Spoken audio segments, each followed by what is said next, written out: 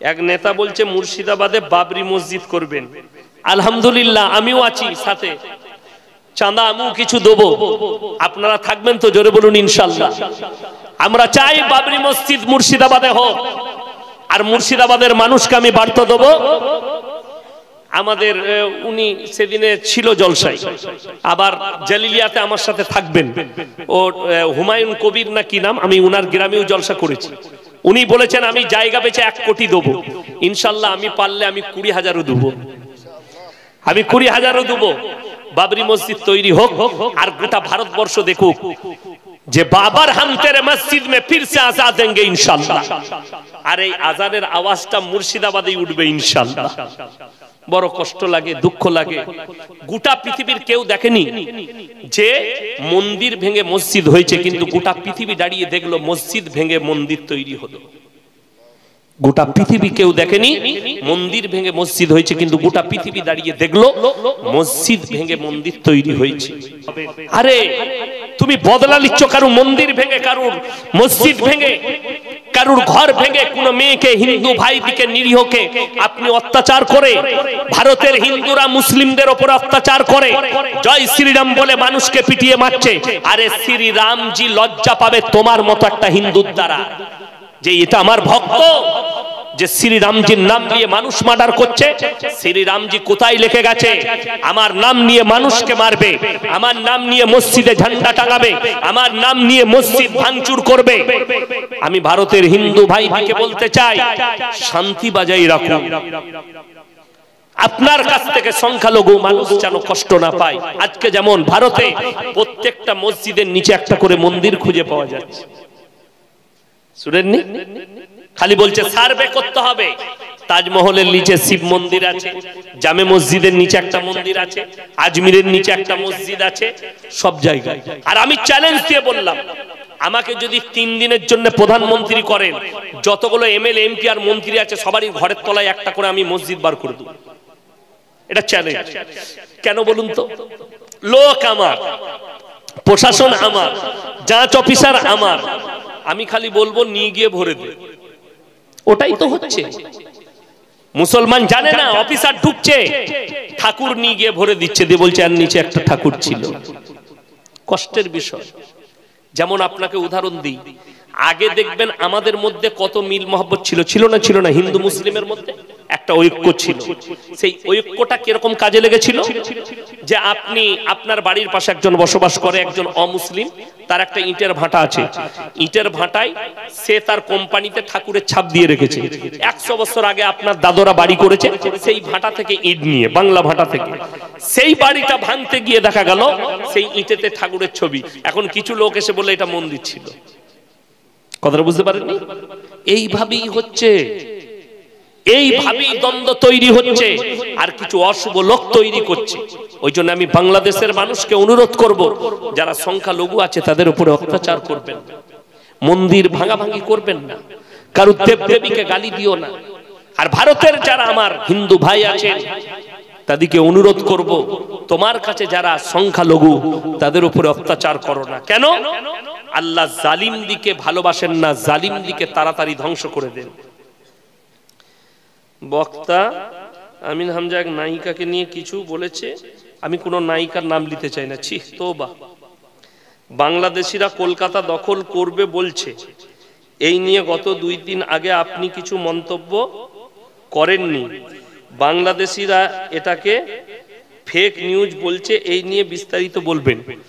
আমি জানি না, তবে এক জায়গায় শুনলাম একজন মিলিটারি মেজর নাকি সে বলছে যে আমরা 24 ঘন্টার ভেতরে কলকাতা দখল করে নেব। আমি তার মুখ থেকে শুনলাম।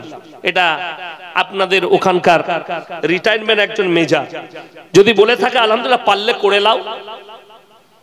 ঘুরিয়ে দেখবে বাংলাদেশ ভারতে ঢুকে যায় না। কথাটা বুঝতে পারেননি? ওরা বলছে বাংলাদেশ ভারত দখল করে নেব। আমাদের 14.5 লাখ সেনা আছে। কোথায়? ভারতে। কত বললাম? 14.5 লাখ সেনা। আর বাংলাদেশে 1,60,000 সেনা। বাংলাদেশ আর পাকিস্তান দুটো দেশ মিলিয়েও আমাদের দেশের সমান সেনা হবে না।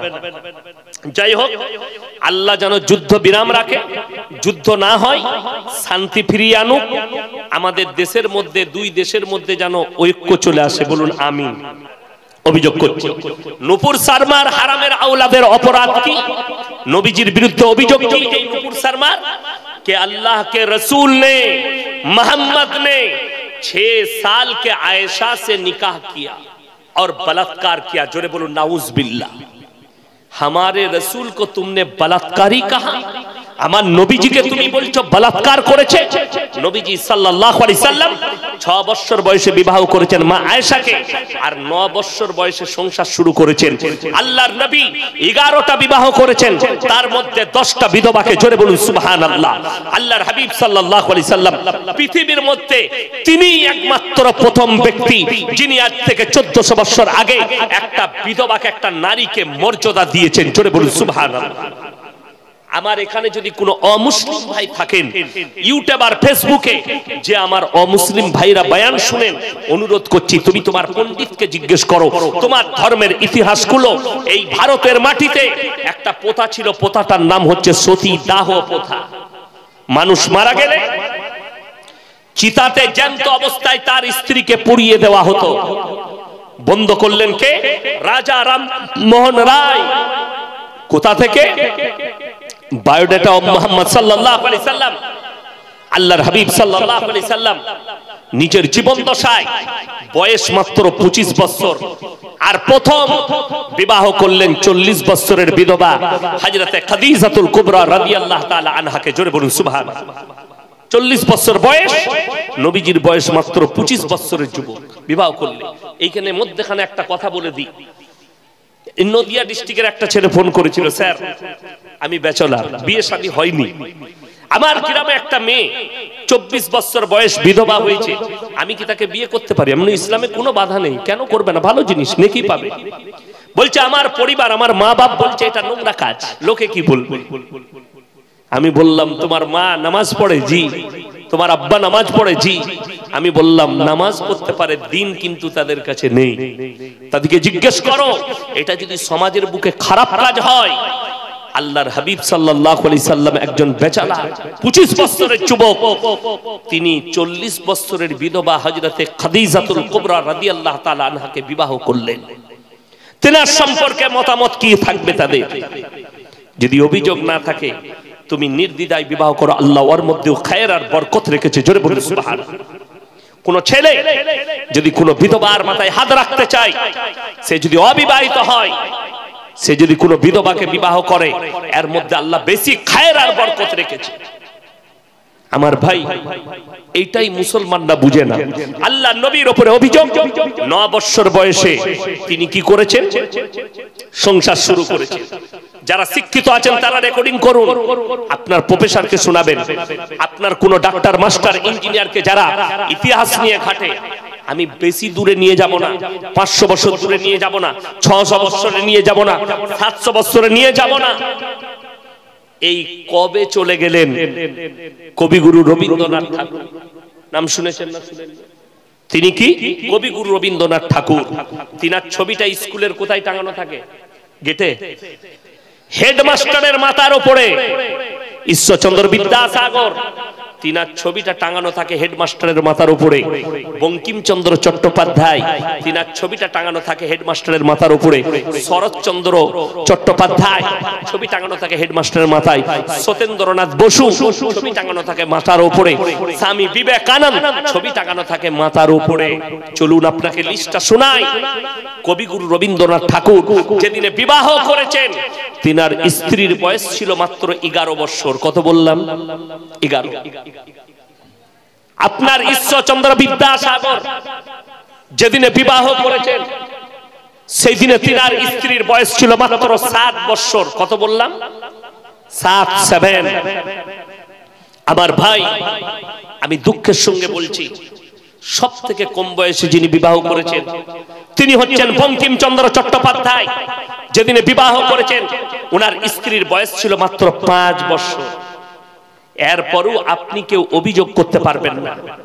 আমাদের অভিযোগ নেই, তিনাদের প্রতি আমাদের কোনো রকমের অভিযোগ নেই। আমরা একসাথে একটা মেহফিলে ছিলাম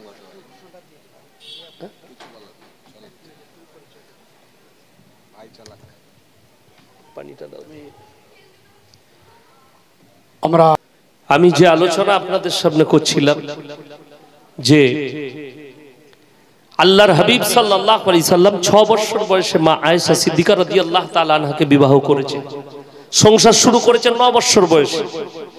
আমরা কেউ কোনোদিন কোনো মৌলবি, আমাদের কোনো শিক্ষিত লোক, আমাদের সমাজের মানুষ কেউ কোনোদিন অভিযোগ করেনি যে কেন ঈশ্বরচন্দ্র বিদ্যাসাগর 7 বছরের এক বালিকাকে বিবাহ করেছেন, কেন বঙ্কিমচন্দ্র চট্টোপাধ্যায় 5 বছরের এক মহিলাকে, বাচ্চা মেয়েকে বিবাহ করেছেন। এটা অভিযোগ করার অধিকার আমাদের নেই। অথচ ইনাদের ছবিগুলো স্কুলে হেডমাস্টারের মাথার উপরে থাকে, সবাই জানে, কিন্তু এদের হিম্মত নেই যে এদের বিরুদ্ধে বলি। অথচ নবীজি সাল্লাল্লাহু আলাইহি সাল্লাম যতগুলো বিবাহ করেছেন, এটা মাথায় রাখবেন, রাসূল সাল্লাল্লাহু আলাইহি সাল্লাম 11টা বিবাহ করেছেন, একটাও নিজে থেকে নয়, সব আল্লাহর ইশারায় করেছেন। জোরে বলুন সুবহানাল্লাহ। এবং প্রত্যেকটা নবীজির কাজের দ্বারা মানুষের, পৃথিবীর মানুষের জন্য একটা বড় আদর্শ বলে দিই। 1 নম্বর, আমরা নবীজি সাল্লাল্লাহু আলাইহি সাল্লামের সুন্নাত হচ্ছে দাড়ি বড়, মোছ ছোট। মোছ ছোট, এটার পেছনে বৈজ্ঞানিক যুক্তি আছে। আজকে আপনি যদি কোনো ডাক্তারের কাছে যান, আপনাকে মোষ ছোট রাখারই যুক্তি দিবে। কেন? নবীজি বলেছেন বড় মোষ যদি পান করতে গিয়ে পানিতে ডুবে যায়, পানিটা পান করা হারাম। আর ডাক্তাররা বলছে, সায়েন্স বলছে, ওই পানিটা পেটে যাওয়ার পরে পয়জন হবার ভয় আছে। বুঝতে পারছেন নবীজি যে কথাগুলো বলেছেন? নবীজি সাল্লাল্লাহু আলাইহি সাল্লাম বললে তোমরা নখ ছোট রাখবে। আজকে পৃথিবীর যতগুলো ডাক্তারের কাছে যাবেন, তারা সবাই নিজেরাও নখ ছোট রাখে, অপরকেও বলে নখ ছোট রাখো। কাদের নখ বড় হবে? অভদ্রদের। একটা মুসলিম সমাজে অভদ্র ছেলে আপনি রাস্তায় দেখলে চিনতে পারবেন। আমি পলাশিতে দাঁড়িয়েছিলাম কিছু সবজি কেনার জন্য, তো যে ছেলেটা আমার গাড়িতে মাল তুলে দিল, তার নাম জিজ্ঞেস করলাম কি রে? বলে অমুক শেখ অমুক। সে দেখছি কানটা ফুটো করে বেচারা বালি পড়েছে একটা কানে। আমি বললাম